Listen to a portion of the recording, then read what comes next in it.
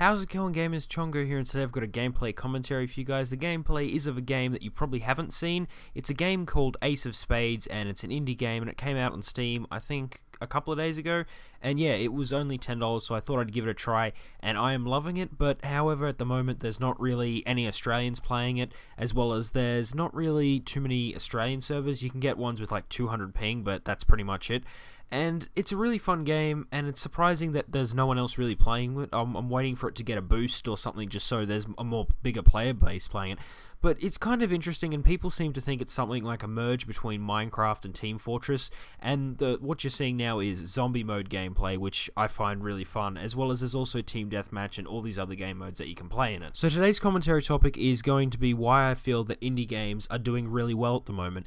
Now, the first big thing, I think, is since this generation's hardware is really, really old now, and everyone's predicting that, yeah, there's going to be a new console next year, it's got to the point where graphics are struggling on consoles really, really hard.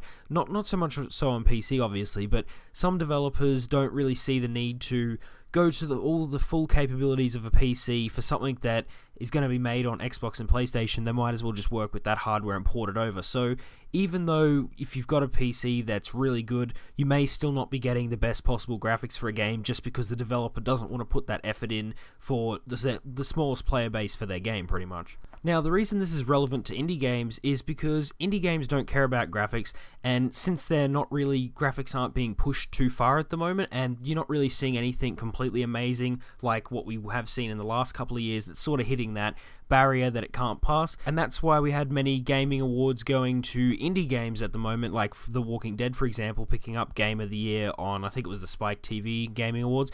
Anyway, it's just, I think that's well deserved for them because it was something unique, and although you have seen point-and-click adventure stories like that before, you hadn't seen it as intense and basically with all the decisions, and it was something unique that hadn't really been offered by any other AAA titles. Now, one of the other big factors that indie games are increasing and selling really well at the moment is just because of the price. You don't have to pay a full price for an indie game. I mean, paying I think it was $25 for the Walking Dead series, and that contained 5 episodes, and if you're playing them properly, and yeah, obviously if you haven't played them before, each episode should take you about 2 hours each. So that's about 10 hours worth of a game for $25, and especially when it's such a fun game like The Walking Dead, that's worth it. And even $10 for this game, that's something really cheap, and yeah, they're just basically exploding, because if you can spend a couple of dollars on something that will be entertaining for you, that's better than spending $50 or $60 on a game that you may not really play that much and you're not really sure about it. So that's why, I purchased this game, I saw it and I thought, oh, this could look fun, and I just bought it.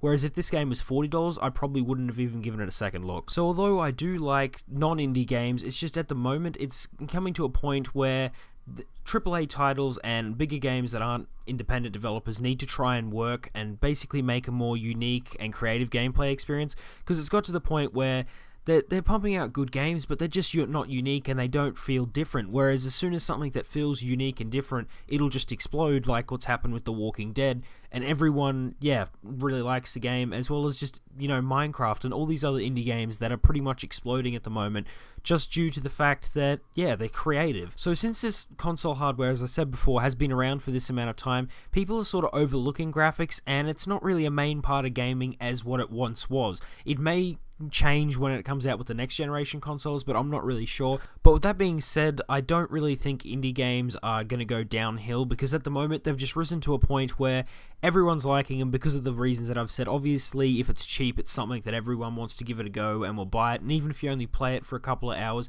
you've got your money's worth out of it.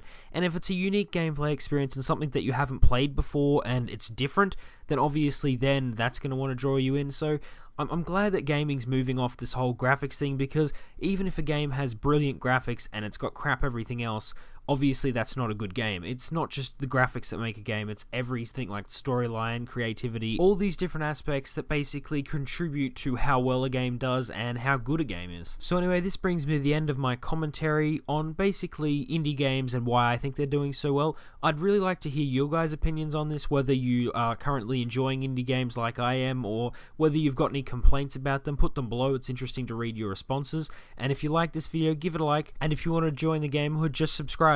Anyway, I'll see you guys next time.